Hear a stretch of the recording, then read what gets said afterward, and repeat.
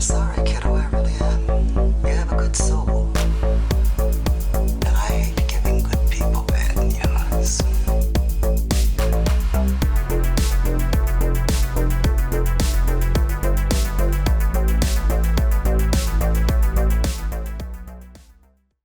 I'm Tony, he's Mike, and we were going to do a scholarly analysis of the films of Lucinda Dickey, but then we discovered that we've done most of them and we don't want to do Breakin' and Breakin' 2 Electric Boogaloo.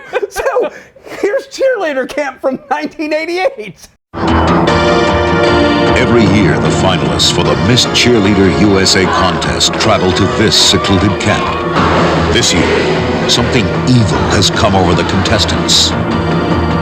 We gotta walk out of here. It's at least 40 miles. Finally, something to die for.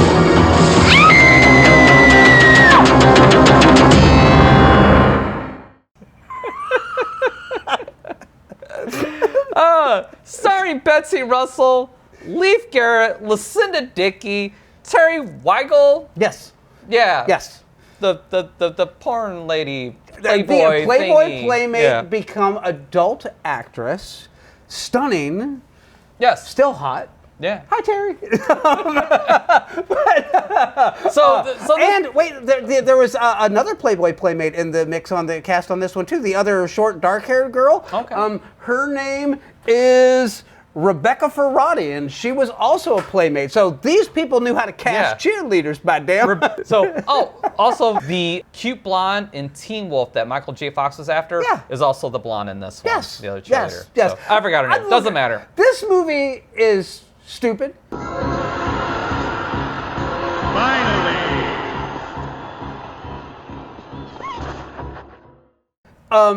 It is exactly what you expect a 1988 slasher film knockoff to be. Look, this is no place for you people now. Everybody out. Scoot, scoot, come on. Period, exclamation point. But that doesn't mean you shouldn't watch it.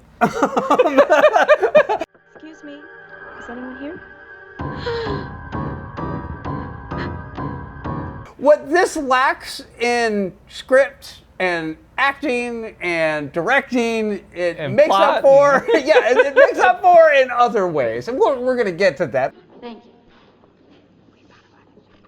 I'd like to talk about the tragedy that happened. But would you like to walk us through the paper-thin napkin of a plot? Yeah, absolutely. So we got how many are there? 6 total? There's like 4 or 5 2 guys and 5 girls, I think. Yeah. And so they're on the way to cheerleading camp, as you do. And when they get there, what's Leif Garrett's character's name? Leif Garrett. Hey, Brent.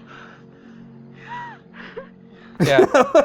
Like it matters. Leif Garrett and the head cheerleader are supposed to be an item, but as soon as Leif gets there, he starts hitting on all the other chicks. Ever since we got here, you've been flirting with a lot of other girls. That's not true. You're supposed to be my boyfriend, but you haven't been acting like it lately. I can't blame him. Yeah, I mean it's a target-rich environment. Exactly. Unfortunately for him, his the head cheerleader, I forgot her name, doesn't matter. She's having like some issues and stuff like that. She's having terrible dreams.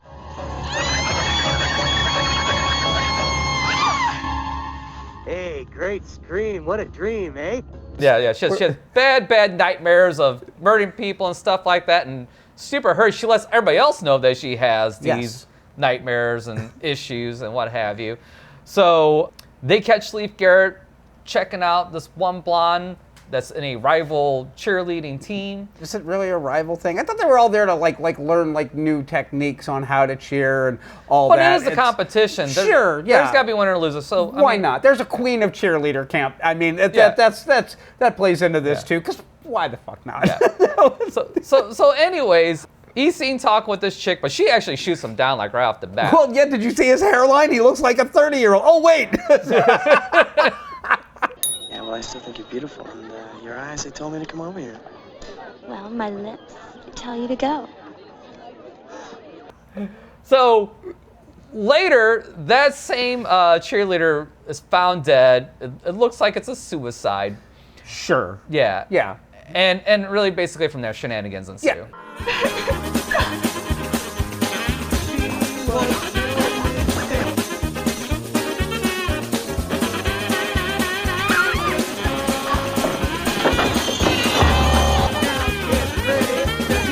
cheer, cause we're the best team you see this year. Yeah, okay, so Lucinda Dickey, who's gorgeous, okay? Yes. I've always thought that Lucinda Dickey was a very attractive lady, and she's also a dancer, and she is very athletic, yes. Okay? So, because she's played a ninja and a break dancer and all that. And But ironically, they make her the hang on a second. mascot for the team. Yes. Damn it. This is impossible. I'll eat like a human. You're a mascot, not a human. And she's the only person in this film that can actually dance and cheerlead. Like, you watch any other girls that are cheerleading, wow. Yes, it's it a is lot of bad. pom-pom shaking and random kicking and go team. Yeah. And that's that's about right for cheerleading back in the 80s. I'm just saying. They might be able to, count to 4 and then make steps happen where they're mostly simultaneous. But, you know, the Palmer girls at our school were the ones that actually did full-blown dance routines because they were the halftime show. Yeah. Come on, you guys, we can do better than this. What do you mean, we, mascot? Leif Garrett looks every minute of his age in this. I mean, when I say receding hairline, he makes this look good. Okay? And then he's got his buddy. I wish our gang was here. Ah, they'll be back, even with Pam. Don't worry. And I'm trying to think. He's a large man. He is not. He's not fit. They never actually show him do anything cheerleader-wise. I don't even think we ever see him hold like one of the cheerleaders up over his head or anything like that. I think he does, but I Base of the pyramid, people. Base of the pyramid. Right. He is sturdy, and that's what we can say about him. He's also pervy. Yes. He brought his video camera. How about I do some research on the ladies? It's very Porky's-esque style humor. He's trying to get shots in the shower and hook the video camera up and get the hot cheerleading teacher lady and the sheriff recorded.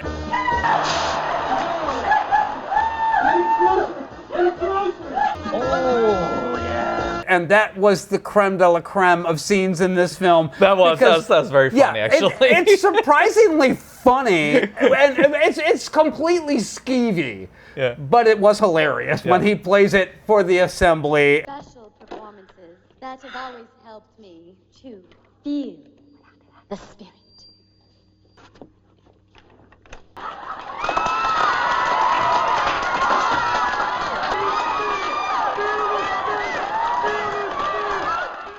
Whatever her name was. And then he has this Mrs. Doubtfire moment where he's at the where they're all swimming and shit like that, and he's recording them there. And Oh, relax. It's okay. I'm just trying to commune with nature. which isn't fooling anybody. No. I mean, Maybe you'll find what you're looking for.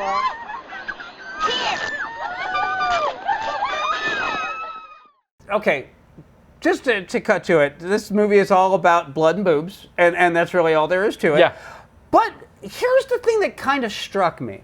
Lucinda Dickey we've seen in several films, and she's not a bad actress. She's not a great actress either.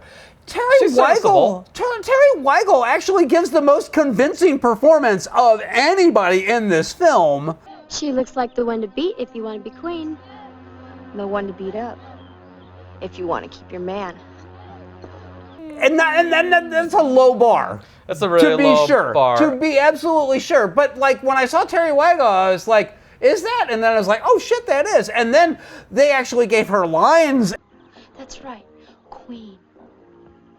Because I'm gonna win that queen contest. And then she actually delivered those lines convincingly. And then she deals with like the pervy dude and Leif Garrett coming on to her. I don't want this to be a one-time thing. I mean, do you really care for me? And then when she gets killed with the garden shears.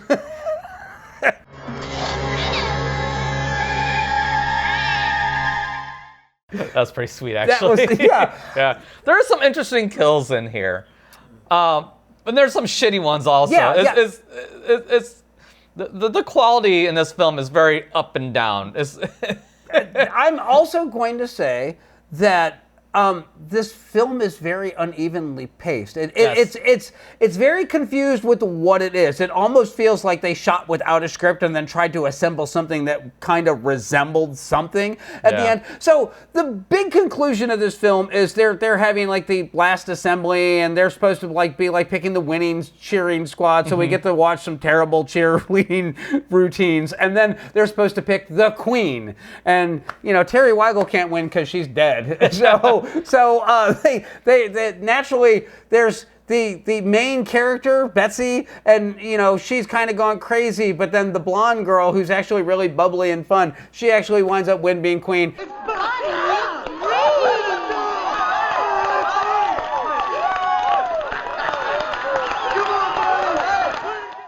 And then turns out that, actually at the end of the day, Lucinda Dickey, who was the mascot, really wanted to be a cheerleader, and she did all this so that she could land a spot on the squad by eliminating all of the competition. I've seen psychos in my days. What would make a kid do something like this? I hope she gets all the help she needs. Why'd you kill all those people? No, I killed Brent. He was the killer. Who told you I killed everyone? And her cheerleading at the end really, it got chuckle out of me. I laughed, but at the same time, I was like, okay, now I understand why you didn't just make her one of the cheerleaders. Give me a C! Give me an O! Because she would have shown how bad all the other girls were, and while they were nice to look at, they certainly were not cheerleaders or dancers or anything that we mentioned before. It would have made more sense for Lucinda Dickey to play the lead, though, because she actually can cheer, and then you could have seen her cheer, and you could think, oh, wow, okay, this girl actually has some talent, and there's actually some we saw her in Ninja 3, the Domination, and she can sell that, like, kind of losing my mind thing going on. Yeah. I mean, the biggest sin of this film is the lack of Lucinda Dickey, and the other big sin of this film is the entirely too much Leif Garrett. You know you're gonna go to hell for lying like that? This unit's gonna get me to heaven. Besides, if God didn't want me to do this, he wouldn't have made washcloth. Of all the people in this camp that I could have given two shits about the camera ever even being pointed at him, Leif Garrett is at the top of that list, followed by his buddy. And that's what he said. 100% agree. 100%. There's really not a whole lot to say for this fucking movie. I mean, there really isn't. I mean, it's just kind of there. There's plenty of good boobs in it. Unfortunately, it's all front loaded. You don't get a whole lot of boobs. No, they were concentrating on the blood. It was they wanted to serve you the entree before the appetizer, and that's the.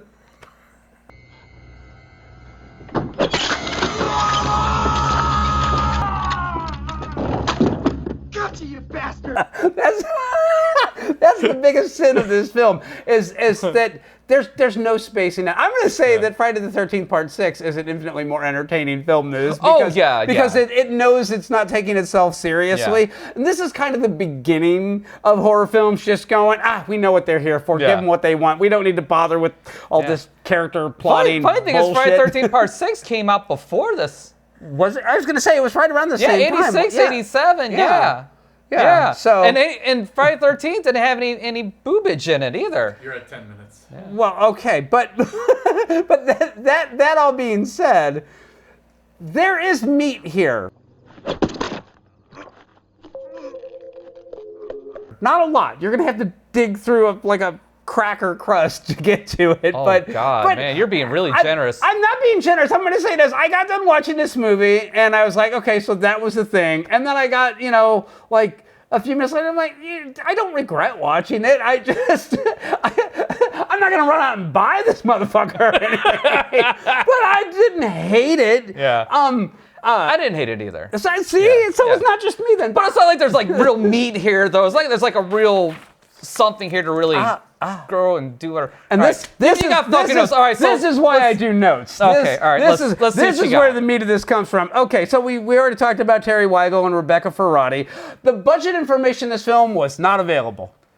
The box office for this film was not available, which is to say this was an incredibly cheap film, obviously. This was incredibly slapped together to be able to throw it into movie theaters for maybe a weekend and then throw it on cable so that they had something. See, nothing new under the sun. Netflix originals, Amazon originals, bullshit. Showtime originals, Cinemax originals. That's where we live.